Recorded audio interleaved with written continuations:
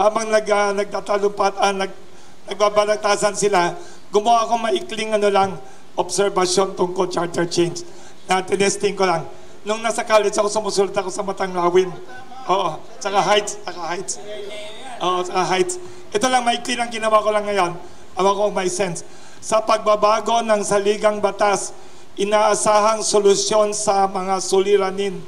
Ngunit sa totoo lang, ang tunay na ginhawa ay mula sa pagtigil ng politikong pahirapin. May argumento yung mga politiko na pag may charter change daw, dadagsa daw dito ang foreign investment, sabi nila. Kung wala daw charter change, wala daw mag-i-invest daw dito. Ang sagot ko lang, ngayon ko lang naisip, naniniwala sila sa dagdag na dayuhang mamumuhunan. Ngunit sa likod ng pangako, mayroon bang kasiguraduhan? Ang tunay na ugat ng ating problema sa ekonomiya, hindi yan lamang, kundi ang mababang uri ng pamumuno, hindi maiwasan. Kailangan natin ng maayos na pamamahala, kahusayan at malinis na politika ang kailangan. Huwag nang palakihin ang usapin ng politika dahil dito'y aasenso ang bayan, walang alinlangan. Mabuhay si Wilson Lee Flores! Mabuhay ang Kamuning Bakery! Mabuhay ang Balagtasan! Ay, may isa pa akong thank you note sa kanilang tatlo habang ginagawa nila yon. Sa Pandesal Forum, muli tayong nagtipon. Balagtasan ay naging buhay.